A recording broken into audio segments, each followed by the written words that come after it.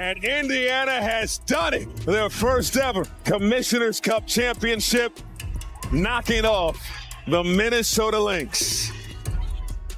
This is Howard setting up McDonald, knocking down the tray. Finds a cutting McDonald, easy deuce. Believe what the Indiana Fever just pulled off. Missing their brightest star, Caitlin Clark. Abandoned by veteran Wnba. Facing the most dominant squad in the WNBA. By every prediction, they were supposed to be crushed. The Minnesota Lynx, led by MVP frontrunner Nafisa Collier, were expected to cruise to another Commissioner's Cup crown. Instead, the Fever delivered a masterclass in grit, toughness, and belief. Kelsey Mitchell, Aaliyah Boston, and Natasha Howard stepped up with a performance that shocked everyone. What happened in that game will forever change how you see this team. And what Caitlin Clark said afterward, just 6 words, summed up why this win meant everything. If you ride with the Fever, hit the comments. I've got the Fever. Let's go. Picture it. Indiana walking into Target Center for their first ever Commissioner's Cup final. But they were falling apart. Caitlin Clark, the star carrying them all year, sat her 3rd straight game with that nagging groin injury. This wasn't just any absence. This was their scorer, their floor general, the reason arenas sold out nationwide.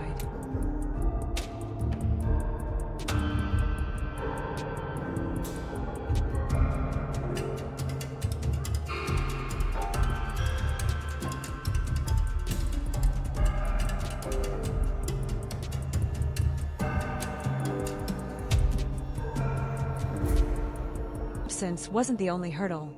They were also missing Wnba, away competing in the FIBA America Cup, leaving a gaping hole in the rotation. Interview 3. Then came the Wnba shocker nobody saw coming. Indiana signed her for leadership, toughness, and veteran presence. But after just 9 games, she walked away, quit, waved. Talk about abandoning teammates at the exact moment they needed you most. Interview 4. Now picture the mountain in front of them. Minnesota wasn't just good, they were dominant. Entering 14-1, the best record in the league. Defending Commissioner's Cup champs. Home crowd roaring, arena packed. Nafisa Collier playing like the MVP favorite. Vegas had them favored by 14. Analysts wrote Indiana off before tip-off. Missing Clark, Hamby, and Bonner, they were called hopeless. Nearly everyone with Caitlin and her status, just how did she look? How did she feel today during shoot-around? And is she making progress and getting closer playing? She's making progress. You know, I think, again, top of mind, I think I told you this afternoon, is just long-term. You know, making sure that we don't have any setbacks. You know, making progress and feeling good are 2 different things, and we want to make sure that she feels good. We want to make sure that she's confident. We want to make sure that we're not putting her in a position to have any setbacks, and that's the priority right now. This was supposed to be their moment. Indiana's first Commissioner's Cup final in franchise history, and everything was crumbling. The few left knew every camera was watching, every critic ready with "told you so." It felt like David versus Goliath, except David showed up without half his weapons or half his team. Without Caitlin Clark, the Fever looked lost. They dropped 3 of their last 5, blowing double-digit leads. The offense slowed, ball movement vanished. Players slipped into hero ball, forcing shots instead of sharing. The rhythm fans loved, gone. You could see trust fading, the extra pass disappearing, until the Fever became isolation mode. This wasn't the team fans had believed in all year. Interview 6. Listo. Hey Fever, good luck. I miss you. One of Indiana's biggest weapons, but without Clark, she couldn't even get the ball. Boston thrives on deep paint touches, where she bullies defenders and scores with ease. But instead, she'd fight for position, call for the pass, only to watch teammates fire contested jumpers. Frustration showed on her face every trip. And here's what casual fans miss. Clark wasn't just scoring and passing. She was the conductor, the engine keeping Boston in rhythm. Without her, the whole system froze. Opponents knew it too. They packed the paint, doubled Mitchell and Boston, and dared anyone else to beat them. The Fever looked helpless. Wnba was brought in for leadership. She was brought in for leadership. And do you want to know all that these young players learned from her? If things don't go your way, refuse to show up, continue to get paid a max contract while you are sitting out, refusing to play. She got bent, she couldn't handle it, I want out. She's not playing well, she's getting criticized, I want out. This Commissioner's Cup final became the ultimate test. Could this roster remember who they were without Clark? Could they bring back ball movement, trust, and chemistry? That's why what happened next felt like a movie. Interview 8. What happened next will give you chills. The Fever didn't just survive, they flipped the script. From the opening tip, you saw it in their eyes. This team came with a mission. Every cut had energy, every possession had purpose. They weren't trying to hang around, they came to win. And they came to win for the teammate cheering in street clothes. They look pretty flawless, in the way that they're playing. I don't know if different is the word as much as they look even more connected. They're a team that was connected a year ago, but really the nuance of having each other's back on the defensive end, of knowing where your teammate's going to be, discipline to coverages, the connectivity that they have on the offensive end of the floor. I mean, the way that they move with and without the ball, the way that the ball moves makes it really tough to cover. I often say that offense is like a dance, and they are flowing, man. They are making music, and there's no doubt about it. So we have to try to be disruptive, and we have to try to take them out of that rhythm. Kelsey Mitchell rose to the occasion and put on a clinic. In the first quarter alone, she slashed through the Lynx defense for tough layups. Then she buried them from deep, shooting threes at 41%. The best part, she didn't force it. Mitchell played calm and poised under pressure, and the Lynx had no answer.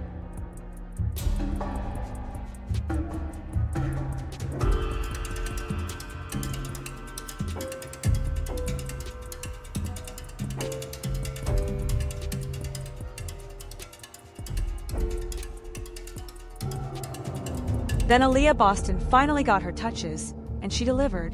A double-double gem, 12 points, 11 rebounds, 6 assists, battling all-star Nafisa Collier head-to-head. Her confidence grew with every post touch.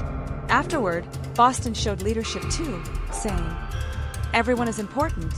I think everyone really played their role. We really handled that fourth quarter." But the surprise MVP, Natasha Howard, she unleashed an all-around masterclass. 16 points, 12 boards, 4 assists, 2 steals, and walked away as Commissioner's Cup MVP. Nobody saw it coming. Coach, this is your first season with this batch of players, and so I'm just wondering if the Commissioner's Cup is just a stepping stone for greater things to come. Well, I hope so. But at the same time, we want to take care of business now, right? We want to win a cup. So we're not looking at it necessarily as a stepping stone. We're looking at it as an opportunity to win. And then we're looking at it, as coaches, as an opportunity to continue to stack days. We haven't had a lot of consistency in our lineup, and so we haven't really built that camaraderie and connectedness that we need in order for us to be successful. But we can take another step towards growth. Another step towards consistency on the floor, in execution, in energy level. We're playing the best team in the league right now, and we've got to come out and we got to play our A game. Natasha Howard proved clutch when it mattered most, drilling 8-4, 8 at the line. But her defense changed everything. She took on MVP candidate Nafisa Collier and forced tough, contested looks all night. Collier coughed up 5 turnovers. That's defensive dominance.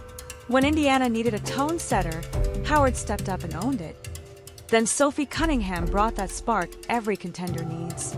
Off the bench, she poured in 13 points, grabbed 7 boards, and drilled 3 huge threes to erase an early deficit. Each time Minnesota surged, Cunningham shut it down. The crowd erupted, and so did the Fever bench.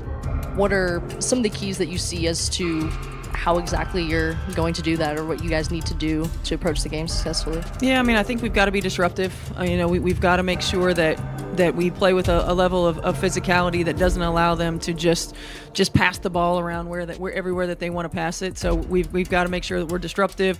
We got to make sure that we're elite at our on-ball screen defense. This is a team that reads really well, that moves really well.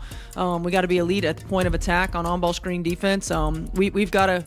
We always talk about guarding our yard, being able to guard one-on-one so we're not in rotation early. I think for us it's going to have to start on the defensive end of the floor. so that allows us to get out and run in transition as well. But we can't allow them to just do exactly what they want to do on the offensive end. Anyone else? Coach, thank you. Thank you. Lexi Hall refused to waste the moment, making hustle plays and clutch buckets that proved she belonged on this stage. And how about new signing Ari McDonald? Straight off the roster move, she chipped in 12 points with instant energy. Perfect timing, exactly what Indiana needed to keep Minnesota scrambling. Interview 14. Then it all clicked. The Fever rediscovered who they were. A team built on ball movement, unselfish play, and suffocating defense. 5 players in double figures.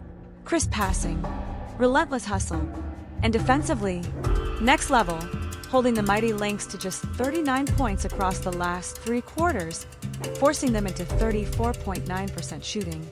Minnesota tried one last push in the fourth, cutting it to 7 as the crowd roared. But Indiana's answer was ice cold. Back-to-back buckets from Boston, then another from McDonald, closing the door. The finish wasn't close. Indiana shut it down, 74-59. They didn't just win, they shocked the basketball world. Underdogs? On paper maybe, but in reality, they proved grit and belief can beat anything. This wasn't just a win. It was a statement.